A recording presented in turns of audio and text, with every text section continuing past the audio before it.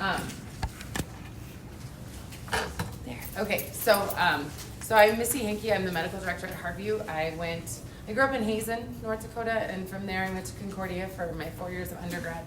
Then I went to the University of North Dakota for 4 years of medical school. And after that, I did a 5-year residency in Kansas for internal medicine and psychiatry. And I ended up back in North Dakota because I had 2 kids while I was in residency, and I needed to be closer to grandma and grandpa. So I come in and I talk about behavioral health because that is that is my passion, that is what I love. So at the Harview Foundation, we've been around since 1964 working with patients who struggle with drug and alcohol problems. And your teacher asked me to come in because I think when we think about medicine, we don't always think about behavioral health as an option. So we're just gonna kind of talk a little bit about the limbic system and dopamine, because I think that if we don't have a good understanding of where substance use disorders come from, then we can't have a good understanding of why they're important or how to treat them. Then we're going to talk about behavioral health careers, and we're going to end talking about stigma. So this is just a little cartoon image of the brain, primarily the limbic system. This is the part of our brain that's important for reward circuitry. So if you look at the cortex is for mood, hippocampus is memory, amygdala is for emotions, and then the hypothalamus is just sort of our output center. So the limbic system is responsible for how we perceive things, both positive and negative. Typically when I give talks, it's to people much older than you guys, and I use this image. Most of you in the room will know what this is, right? It's 9/11. So my kids are 18, 17, and 13, and they'll go, yeah, Mom, that's 9/11. For people my age, I see this picture, but I feel this picture. So what our limbic system does is it takes sights, sounds, smells, it ties it to emotions, and it ties it to memories. So again, when I see this picture, I remember the fear, the anger, the defeat, all of those emotions that I felt on that day. You look at the picture and it's more of just a historical fact. So in trying to figure out what would be an image that might trigger your limbic system, 20 years from now when people say distance learning, you guys are going to remember what that felt like to all of a sudden not be able to go to school, right? For some of you it was great. It's like, sweet, I get to stay at home in my pajamas. I don't have to deal with all the nonsense. This is going to be awesome. And for others it was, oh my gosh, I don't get to go to school. I don't get to see my friends. I don't get to have lunch with my friends. All of those things. So what our limbic system does is forever triggers certain memories. So for example, my grandpa died when I was 12. Every Saturday morning he fried walleye for breakfast. If I smell fried walleye, I remember my grandpa, because that's just how our limbic system is wired. So if you hear a song that you used to, hop around the basement with your friends, if you hear that song now, you're like, oh my gosh, I totally remember how stupid we used to be when we did that, right? That is your limbic system at work. So it controls and regulates our ability to feel pleasure, which motivates us to do the things that we need to survive, like eating, like drinking, like sleeping. Those things feel good, so our limbic system goes, oh, remember how good this feels, so you do it again. When people get dementia, they forget to eat. That part of their brain no longer triggers them to eat because it's just missing. The hippocampus is wearing away. So healthy life-sustaining activities trigger our limbic system in a pleasurable way, but unfortunately so do drugs of abuse. And dopamine is the neurotransmitter that we're talking about. So dopamine regulates movement, emotion, motivation, and feelings of pleasure. If you've ever seen someone with Parkinson's, they have a very specific pill rolling tremor, right? This is not enough dopamine. If you see someone and they're sitting like this, it's probably because they don't have enough dopamine. But if you see someone who's got big, we call it chorioathetoid movements, like if they have Huntington's disease, they have way too much dopamine, okay? So that's the role that dopamine plays in movement. But mostly today we're going to talk about like motivation and feelings of pleasure. So again, drugs of abuse, when we use them, flood our limbic system with dopamine, which is a feel-good chemical, so we get euphoric. And again, that euphoria triggers our limbic system to never forget that, okay? So let's say that I use methamphetamine. My brain is going to get a bath of dopamine, which is going to create a very positive euphoric memory, and I'm never going to forget that. So sitting here right now, we're at like 50 nanograms per deciliter of dopamine. But look at heroin, which is 975, or methamphetamine, which is 1100. It's a very unnatural euphoria. So, and again, it triggers an intense positive memory. So let's say that I continue to use methamphetamine, and my brain continues to be bathed in dopamine all the time. What happens is it's overstimulating, and so my brain quits producing dopamine because there's so much of it around, and I downregulate my receptors because there's so much around, I don't need all of that. But then if I take the methamphetamine away, I don't go back to 50 nanograms per deciliter. I go to like 30 or 20 or 10. And if dopamine is my feel-good chemical, now I don't feel good. And then my limbic system goes, hey, Missy, do you remember how good meth felt? You felt way better than this. Like, you could get stuff done. You could clean the house. You could take your kids to school. You could do all of those things. So just use meth just one time. And that's what pulls people back into that cycle of abuse. They want to stop, but their brain is dopamine depleted, and their limbic system is pulling them back to use the drug again. So what does it look like when we have a dopamine deficiency? And I apologize, these are very small words. But we can get muscle spasms, muscle cramps, tremors, aches, pains. We can be imbalanced, lack of focus, low energy, low motivation, fatigue, sadness, hopeless. So that's what it feels like when you've been using and you take the drugs away. This is what it feels like. So then your limbic system keeps reminding you, gosh, if you just had more dopamine, right? And we know how to get dopamine. We just have to use drugs. Well, what are some other ways to get dopamine? Well, you can eat a lot of protein. High protein diets have been shown to increase dopamine levels. You can get good sleep. Avoid high fat foods, so maybe not McDonald's. Sorry for those of you eating donuts, because those are not good for you either, but delicious. Exercise, meditate, listen to music, spend some time in the sun, healthy diet, all of those things. So when people come into Heartview and they're dopamine depleted, of course they don't say that. They don't come in and say, geez, doc, I'm dopamine depleted. But they come in and like, oh, I'm tired and I don't want to do anything and I can't sleep and I'm not hungry. And then we start talking about these things. Okay, what are you putting into your body? Are you spending time outside? Are you moving around? What are you doing for yourself to try and feel better? So one of the things that we like to do is meditate. So I am someone that always told myself I can't meditate. I have a very busy mind. It races most of the time. And a friend of mine is like, okay, well, to meditate, you don't have to sit in a Zen den and do the whole kumbaya thing, right? Like, you can meditate in a minute or two. And so one of the things that she taught me to do is when you're sitting at a red light, just slow down your breathing. Feel what the steering wheel feels like in your hands. Feel what your feet feel like in your shoes. Just stop and take a pause. Or when you're standing in line at Starbucks, just breathe. Relax your shoulders, let your neck wiggle a little bit and just take a pause. That is actually meditation. It doesn't have to be a 30-minute activity. It can just be for a few seconds to kind of recenter yourself. It will lower your blood pressure, improve circulation, lower your heart rate, respiratory rate, less anxiety, your blood cortisol. Cortisol is our stress hormone, right? So that gets amped up when we're stressed. So if we can meditate, we can actually lower that cortisol level. Feelings of well-being, less stress, and deeper relaxation. So we are going to do, I know you're probably not stressed at 8:23 in the morning, but we are going to do a little meditative exercise. So I want you to sit in your chair, sit straight up if you can, straighten out your spine. I want you to close your eyes and keep breathing, but don't think about it. Make no effort to breathe. Just let your body do what it's going to do. And think about the air going in and the air going out. And we're going to do this for 2 minutes, which for some of you is going to feel like an hour. And for some of you, it's going to feel like no time has passed at all. So if you just could close your eyes and just breathe, I'll let you know when to stop.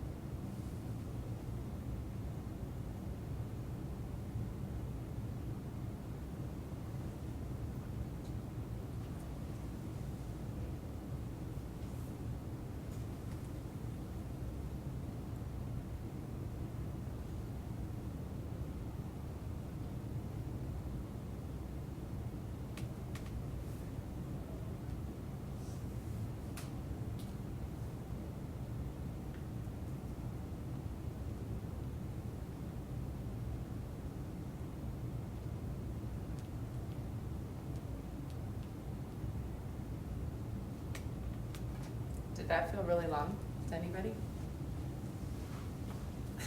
Did it feel short to anybody? Like, oh gosh, I could do that all day. I mean, it's one of those things where the first time you do it, you know, you might look at your watch and be like, oh my gosh, that was 15 seconds. But it's just a nice way to kind of clear your head if you can. Again, if you have a very busy mind, sometimes it's easier if you can just focus on a thing instead of just jumping all over the place. But that is a really good exercise. Some other very simple things, some meditations you can do. Roy G. Biv, right? The colors of the rainbow. So one of the things, you can look around the room, and of course you have Christmas lights, so it's super easy to cheat. But you find something red, take a big deep breath.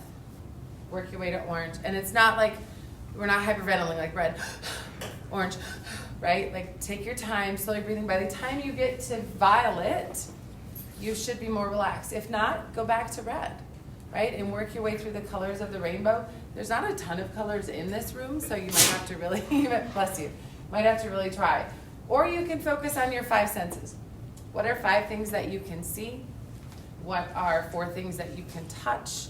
What are 3 things that you can hear?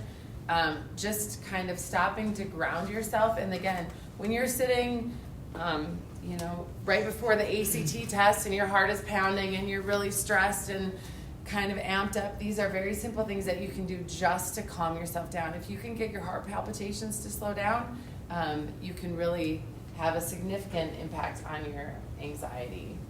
Another thing, and again, this is very simple, just a high five, and you can honestly high five yourself, but it gives us just a little bit of bump of dopamine. Our brains are hardwired to think of clapping and high fives as celebratory activities. They are feel-good activities.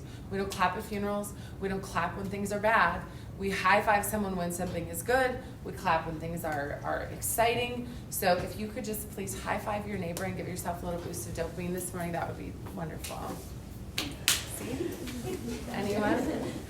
And notice most of you couldn't help but smile because it's a little bit ridiculous, but smiling also increases your dopamine. So, and I don't know his name, but the guy that set the world record for the fastest marathon, if you ever watch the film of that, yes, he had pacers that ran every mile with him, but at every mile point he stopped and smiled. He didn't stop, obviously, but he smiled, because when we smile, it's actually physiologically good for our body, and we get a little bit of dopamine as well. So smiling is important.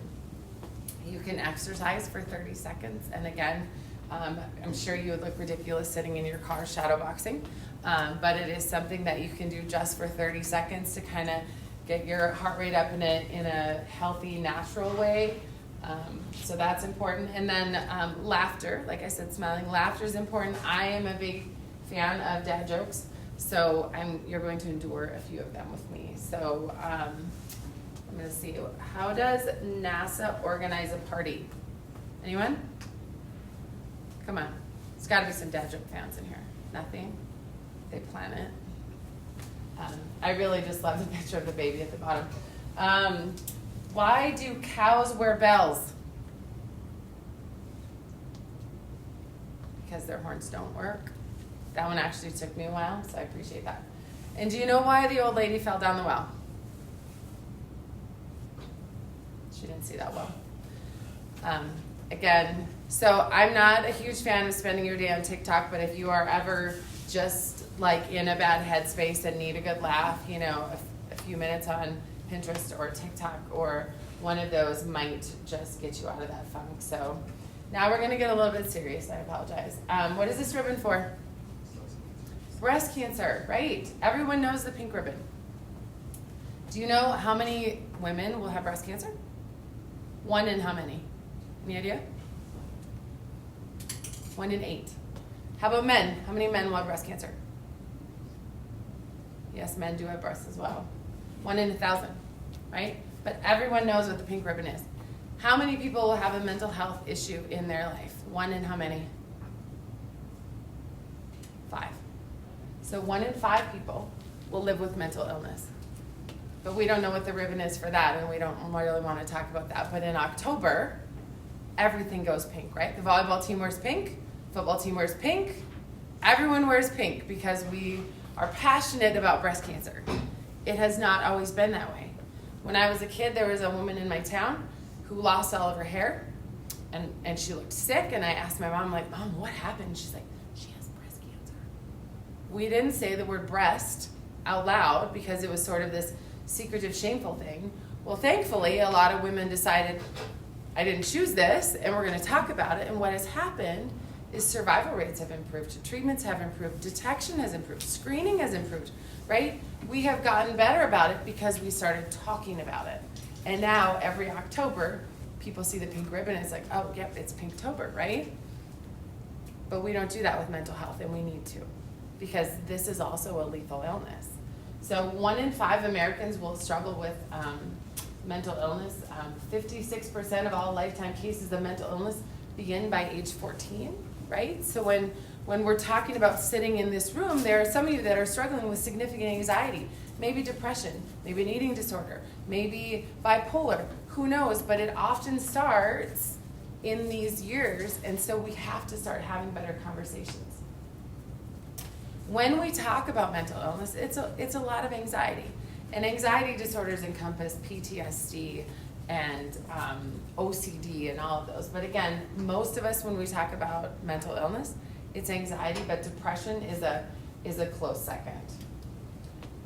So again, 1 in 5, but 90% of people who commit suicide suffer from a mental illness. And that's the lethality of this. That's why we have to have these conversations.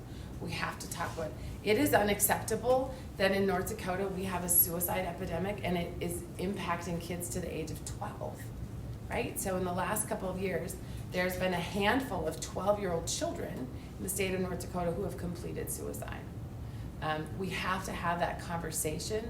We have to make it acceptable to ask our friends, how are you doing, right? If we ask them, how are you doing? Are you in a dark place?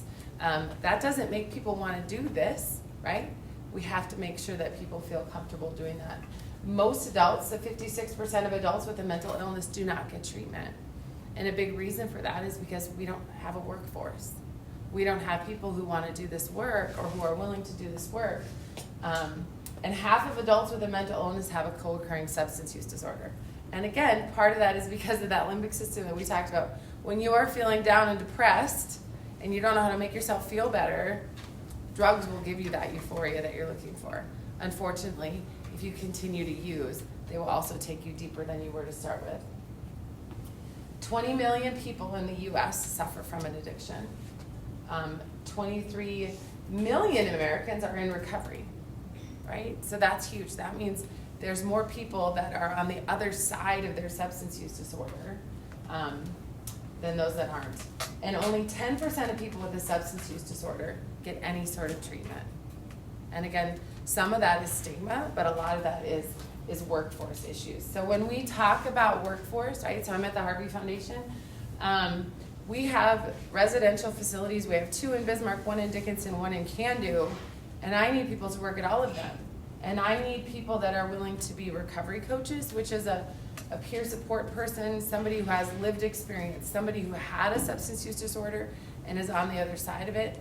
And they are instrumental in my patients getting well. You know, they spend time with them, they walk the road with them. But I also need people to work in my residential unit to take vital signs and pass meds and do all of those things, because I can't afford to have nurses do that, right? It's exceedingly expensive. So if you're like, dude, I'm not going to college, that is not for me, you can be a CNA and work in this field. What if you really want to go to college? And I was talking with a teacher about, you know, not everyone wants to go to college, right? It's a huge financial endeavor. It's time. Some people just want to get into the workforce. But if you are someone that wants to go to college, an addiction counselor can make about $55,000 a year. That's not a bad gig for a 4-year degree. And the nice thing is, sorry, I was distracted by Duncan. There's jobs everywhere, and there's a lot of loan repayment right now. You know, we're working with the University of Mary so that people don't have to take out loans to get their LAC and become a licensed addiction counselor. And again, at the bottom, it compares nationwide to Bismarck. And you can see that Bismarck is right in there as far as average salaries. Now, there are places in Bismarck where you can work and make significantly more money than that. But if you really want to work with people who struggle with a substance use disorder, that is an option. What about social workers? Well, they make about $76,000 a year. And again, social workers, and we'll talk about that in a bit, but there's just a wide array of things you can do with a social work degree. But again, you can see that this is not a bad gig, and North Dakota is right in line with everyone else. What about a mental health counselor? So somebody that does therapy, but isn't a psychologist, they make about $80,000 a year. And again, it's the same in North Dakota. Actually, it's a little bit better here than elsewhere, and some of that, again, is because of grants and different things to support that. What about a nurse practitioner? If you're like, well, I really want to do nursing, maybe be a nurse practitioner, I really like the idea of prescribing, but I don't want to go to medical school. I make about 140 grand a year working just in mental health. So I have 2 nurse practitioners at Heartview in Bismarck. I have a physician assistant up in Candu, and I'm about to hire a nurse practitioner to work at Dickinson. So I'll have 4 nurse practitioners that do exactly what I do at Heartview. So what about psychologists? We have 2 psychologists that work with us. They make about $163,000. Now this is a doctoral degree, right? So you do your undergrad and then you do a doctorate afterwards to get your psychologist, and I believe that's a 2-year doctoral program. But again, they do therapy, but they're a little more specialized. Psychiatrists do very well. Again, average is about $260,000 a year. If you're willing, a lot of times people are like, well, I feel like I have to get out of North Dakota if I want to make really good money. Actually, for a lot of these professions, staying in North Dakota, you will do better. So I work part-time. I work 2.5 days a week at Heartview, and last year I made $340,000 a year. So if you're willing to do the work and live in North Dakota, you can absolutely do well. And I don't say that to brag, I say that so that you understand this work has a high demand, and where there is demand, there is money. Don't choose a career for money. You will not be happy. Choose a career that you love, that will feed your family, right? So find what you love and then go get it, because if you decide you're gonna go to medical school to be a doctor so that you can make a lot of money, you'll probably be bitter and cynical and all of those things. But if you really like helping people and you're passionate about that, it's a pretty good gig. So where do social workers work?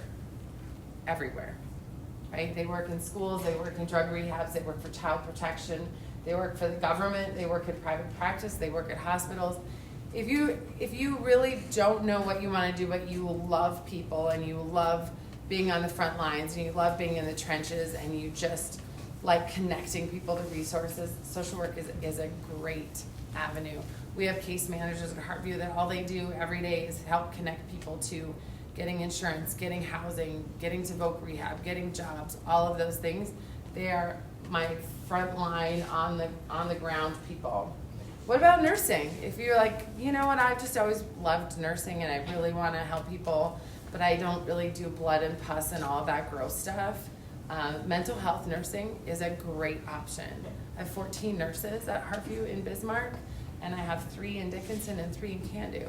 And they don't do blood and they don't do pus and they don't do any of that stuff, but they help my patients navigate life, and they talk to them about side effects and health and wellness and all of those things. I couldn't do what I do without them.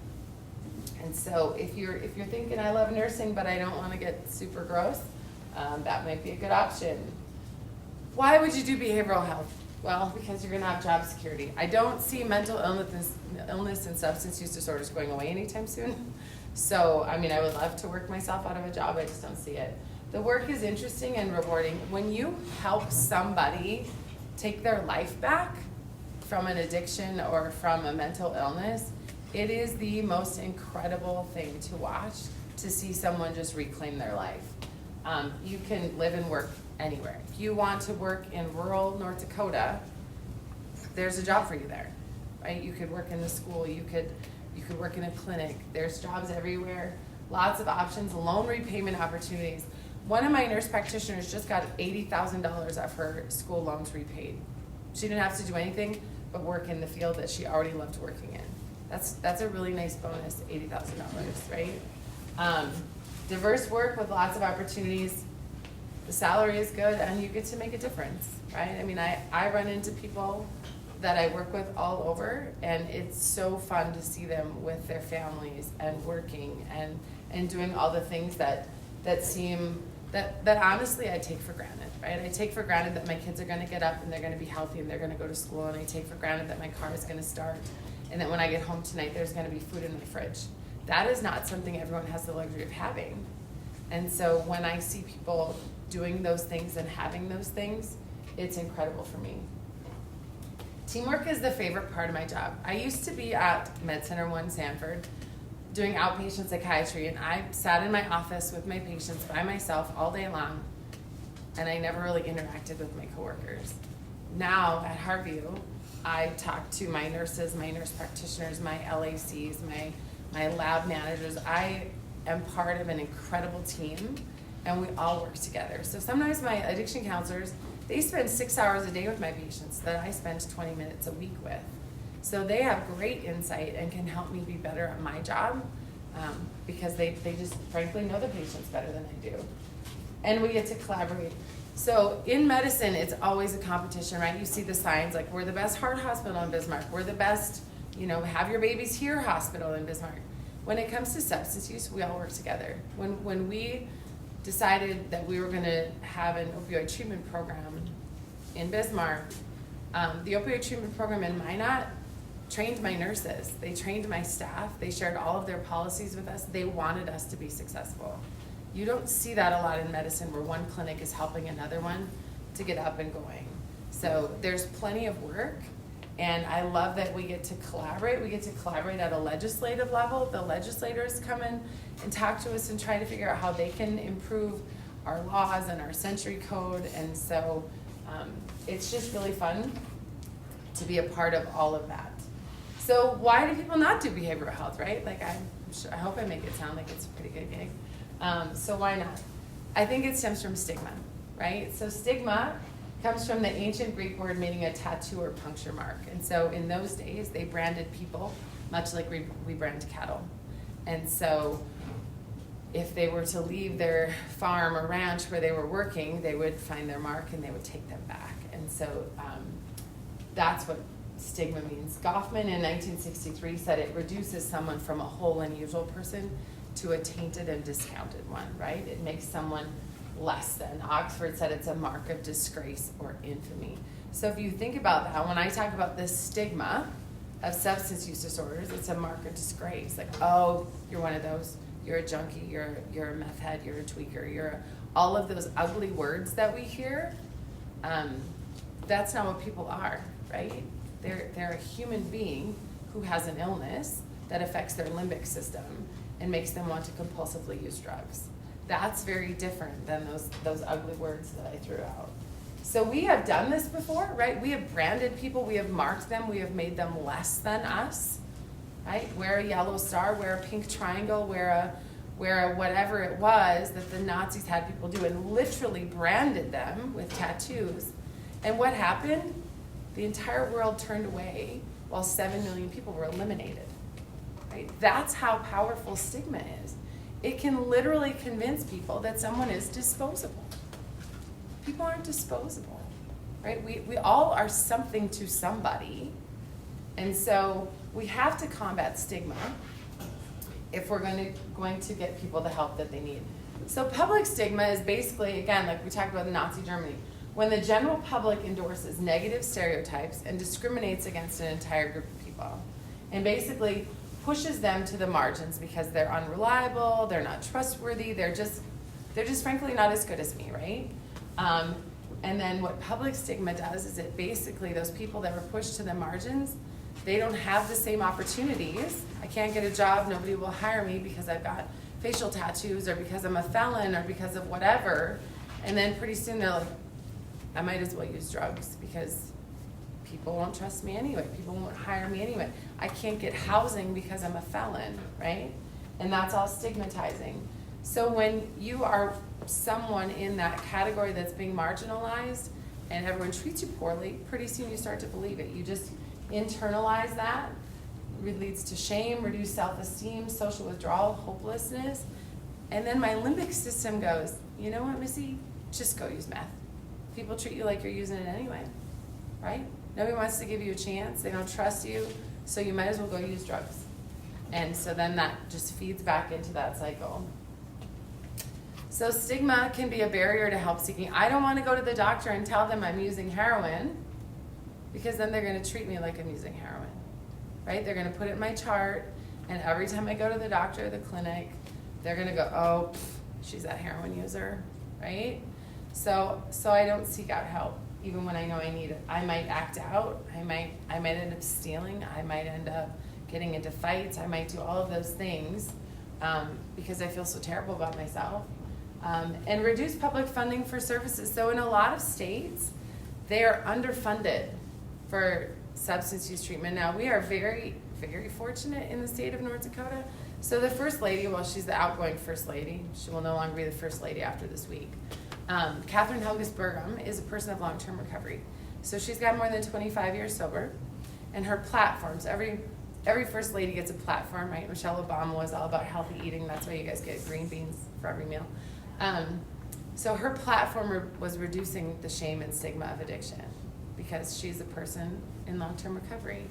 And so what she did was her and her husband created the Office of Recovery Reinvented, and they celebrate recovery, and they make it a point to acknowledge that recovery is possible and people can change their lives. And with that, we have increased funding in the state of North Dakota. We have access to more money for substance use disorder treatment. And so we are very fortunate, but many states are not that way. And stigma can contribute to suicidality and shame.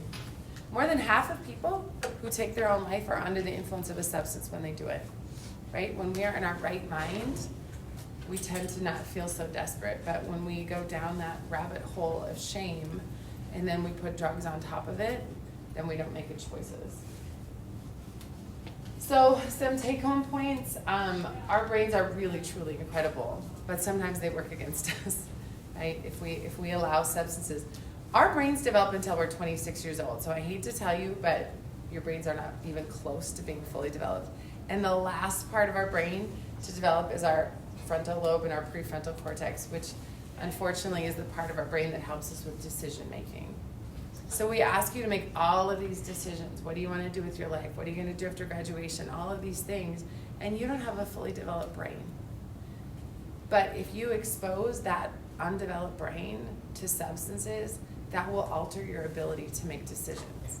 So if you can stave off using any of those illicit substances, alcohol, nicotine, all of those things, you give your brain a better chance to help guide you through the next 10 years while your brains are still developing. Dopamine deficiency feels terrible. It is absolutely what drives people to use drugs. Once they have started, it is what pulls them back into it. There are natural ways to increase dopamine. It's not even that difficult, right? 30 seconds, meditating for 2 minutes, sitting in the line at Caribou and just relaxing your shoulders and breathing. All of those things can increase your dopamine levels. Behavioral health is really an incredible field, right? Lots of job opportunities, super rewarding, really fun. And if you're like, I don't know, I just really I like talking to people. I like hearing people's stories. There's probably something you could do in the behavioral health field and really make an impact on your community. We absolutely have a workforce crisis, 100%. And we just hired someone at Harborview to be our workforce coordinator. And all she does is try to connect our staff with loan repayments and job programs and different things to improve our workforce. We can all reduce stigma. You know, if you hear people using words that are unkind and judgmental, ask them to please stop. You don't have to be rude about it, but just say, those terms aren't helpful, right? If you hear about somebody who's struggling with a mental illness or a substance use disorder, they don't need your judgment, right? You can be supportive, you can be kind. The world is lacking in kindness and compassion. So if you can give a little bit, that might make a difference in someone's life. You never know when your small act of kindness might change someone's whole perspective about their day and their life and themselves. And then the parable of the starfish is something that, I know it was probably, 10 years ago, 12 years ago. My kids and I were driving to school and we were listening to this radio program. And then one of the gals on the show was adopting some kids from Haiti. and people were calling and they were just hating on her. Why would you, go to Haiti? We have kids in this country that need homes. Like, that is ridiculous, and on and on and on. And so she told the parable of the starfish, which goes something like this. A man is walking along the beach, and it's low tide, right? So it had been high tide, now it's low tide. So there's all these starfish washed up on the beach, and he's walking along, stepping over them. And he looks ahead, and he sees someone throwing something into the ocean. So he walks up, and it's this little boy, and he's like, "Son, what are you doing?" He said, "Well, mister, all these starfish are going to die if they don't get back into the water." He said, "Son, look around you. There's thousands of starfish. You're not even making a difference." He picked one up, and he threw it in, and he said, "I made a difference to that one." And so the point of that is, we all have something we're passionate about. And maybe it's starfish. Maybe it's saving miniature ponies. Maybe it's being an early child development person. Maybe it's working with substance use disorders. Maybe it's building homes for families in Mexico. Whatever your passion is, don't let people talk you out of it. I don't have to understand your passion. Like, I don't have to understand if you want to foster sick cats. Doesn't matter to me, but if that's what you want to do and that makes you feel good, then do that. Don't let people talk you out of it, because you will be happier if you're doing something that you care about. We all have something different, thank goodness, right? Because if we all had the same starfish, the world would be a very boring place. If we all wanted to be high school teachers, who would manage the grocery store? Who would be the nurse in the clinic, right? We all have to have different passions, and whatever yours is. And if you don't know with your undeveloped brain what your passion is, that's also really okay, right? But don't let someone talk you into doing something that doesn't feel right to you. And at the end of the day, no one cares how much you know until they know how much you care. It doesn't matter if you're going to be a teacher, a nurse, a business person, a lawyer, whatever it is. If you don't care about people, you're going to struggle, right? You have to care about your fellow man in some degree. So that is all I have, and I know we have time for questions. Actually, we have a lot of time. I must talk fast. You can ask me about anything. Again, I'm pretty much an open book. I didn't want to ever be a nurse because I'm not nearly nice enough to be a nurse. People ask me that all the time. I was called a nurse all through medical school and residency because patients think that women are nurses. And I'm not nice enough to be a nurse. I like to make decisions. That's why I wanted to be a physician. I chose this because when I was 13, that grandpa that made fried fish every Saturday, he passed away. And I saw what it was like for my mom and her siblings and my grandma when the doctors made rounds. My grandma would wait for that person to walk in the room because she felt better when she heard from them. And so I wanted to be that person that made people feel better. That doesn't always get to be my job. Sometimes I have to be the person that doesn't make someone feel better.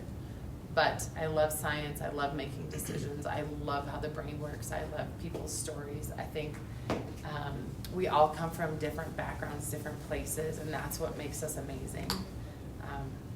I don't know that I always appreciated how unique people are. I do now. So, what do you got? Fire away. What questions do you guys have? Otherwise, you're going to have to sit here and look at me awkwardly. I should have done. All you guys have to come up with one question. I can give you sticky notes, or I'll give you a scratch piece of paper to write on.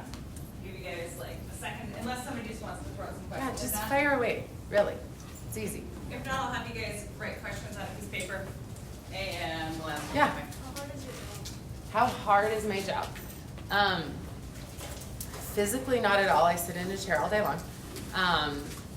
Mentally, some days it's very hard. But again, when I was talking about my team, so right now, as I'm sure most of you are aware, we're in the midst of an addiction epidemic and people are dying. Every 5 minutes, someone in this country dies of a drug overdose. Okay, so while we've been sitting here, 10 people have already died this morning. Okay, so sometimes we lose people, and that part sucks. And I cry often, right? I'm a crier anyway, so but I cry often because when somebody dies of a substance use disorder or mental illness, I feel like we missed something, right? It's not like they had cancer and we didn't have the right chemicals. Somehow we missed something in my mind. That's how I feel. So that part of my job is really hard, but I have great people on the front lines with me. I live 20 minutes out of town, so sometimes my drive home is just an emotional purge, and I just try to get rid of all of that. I try to take care of myself and go to the gym and eat healthy and do all of those things because it can be a downer, but when people get it right, it is so amazing. Like, I've been able to hire my own staff to be my nurses, to be my LACs, because when they get sober, they go back to college and they get their degrees. And so every day I get to celebrate with people getting off probation, getting a mortgage, having a credit score, you know, getting a bank account, all of those things that, again, most of us take for granted are huge to my patients. And so there's far more celebrations and feel-goods than there are negatives, but the negatives do hit hard. And that's going to be regardless of what you do, right? I'm sure that Mrs. Lohman, when somebody drops out of high school, feels sick, right? Like, those are the big, ugly defeats. Whatever you do, there's going to be some downsides, but the wins are far outnumber the losses. And so, yeah, at the end of the day, I love my job, but some days it is emotionally really hard. I'm starting now to see the kids that are the same age as my kids coming into treatment, and that's really hard. Because I've been watching them since they were little, and so now to see them come in or to see their parents come in, that part is hard. This is a small town, and so that's tough, but again, the wins are huge. Oh gosh, look at all these. The hardest addiction to work with.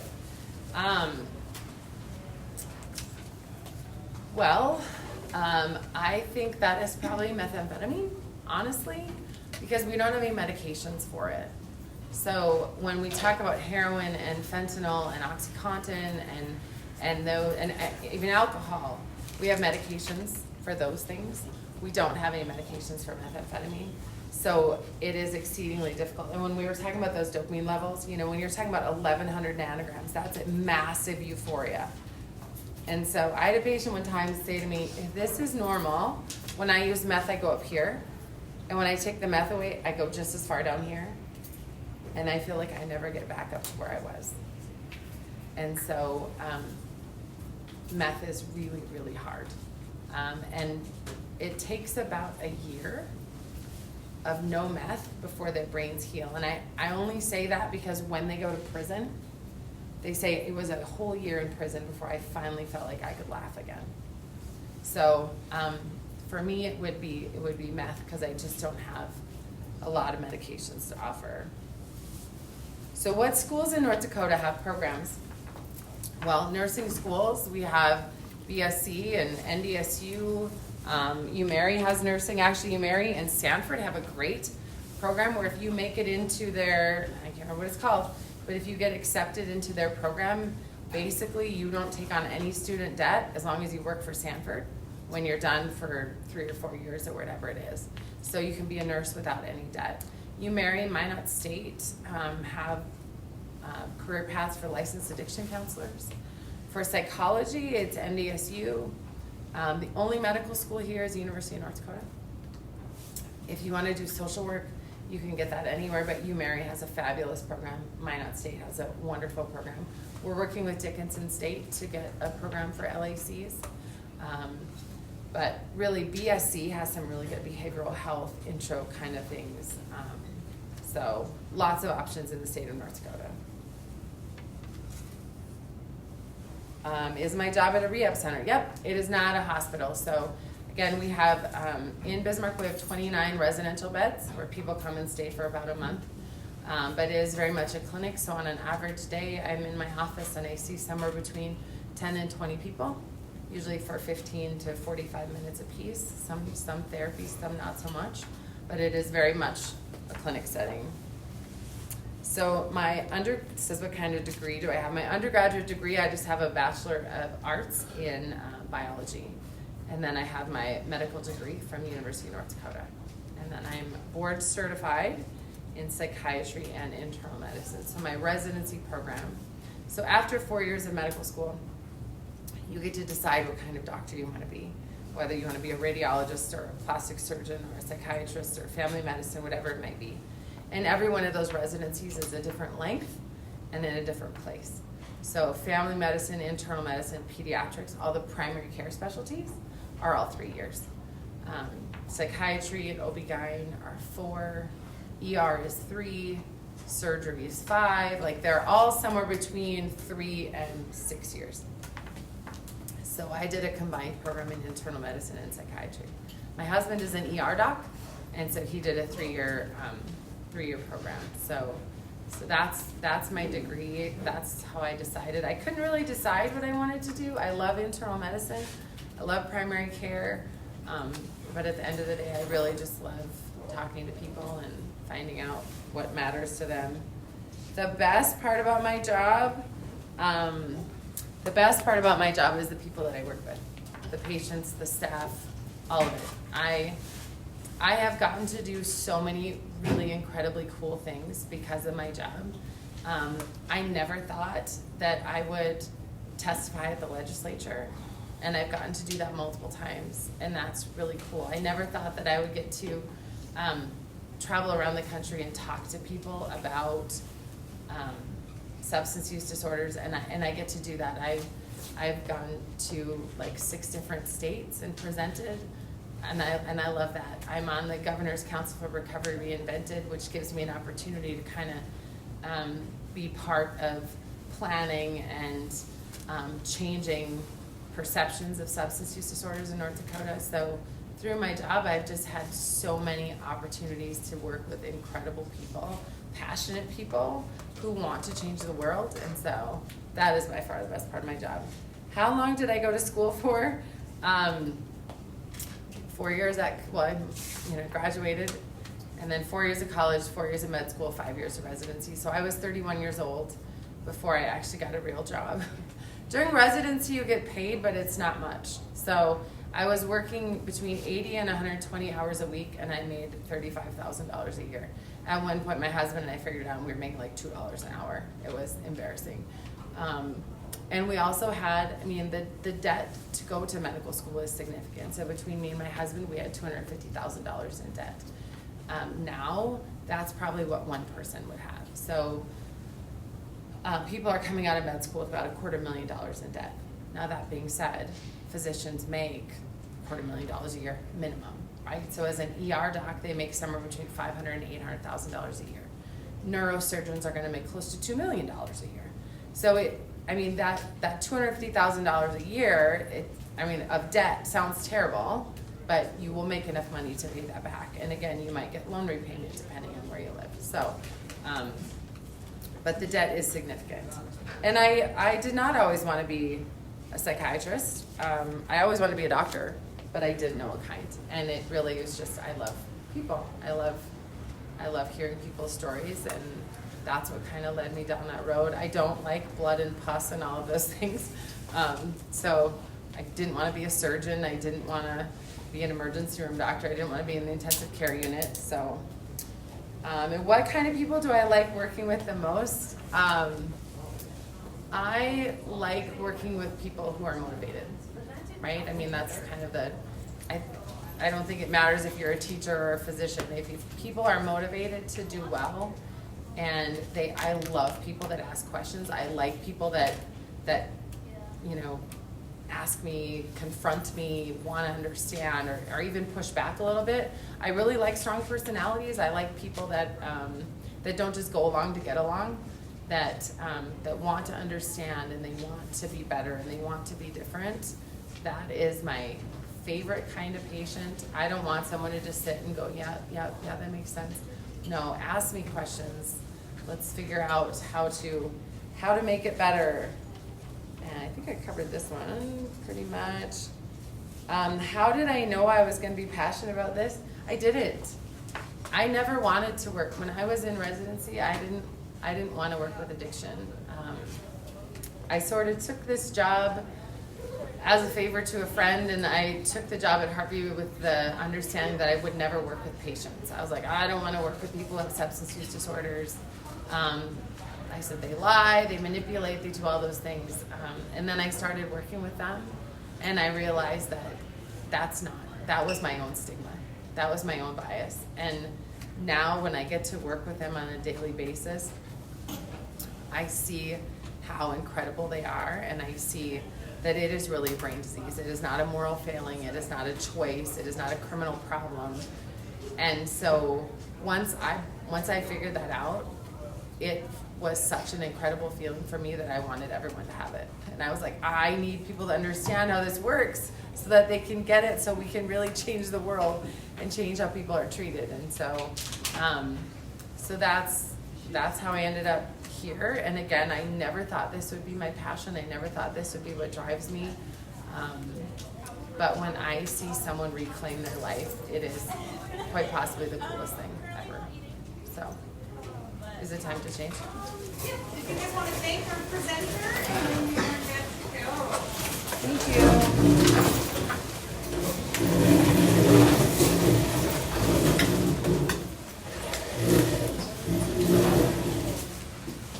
Say, I made some scratch pieces of paper at the beginning of class, and I was telling to write down something as you're talking. Very good questions. And I even know, like, I can't remember what my question was, but you said something. I was like, oh, I should ask a question about that, and I don't remember what it was. I should have written it down. Should have had your scrap paper written Exactly, down. it really does help. It does. No, I tell people all the time, like, write notes before you go to the doctor. Come in with your notepad. Like, I go see my oncologist once a year, and I go in with my list. Here's what I want to talk about, because otherwise I forget. Oh, I do too. And yeah, in the moment, and then you leave, and you're like, oh, yeah. And then it's like, well, I don't want to get on my part. It's not that important, right? I don't really want to send them a Oh, message. I need to stop it. Go ahead. If you got a message to add.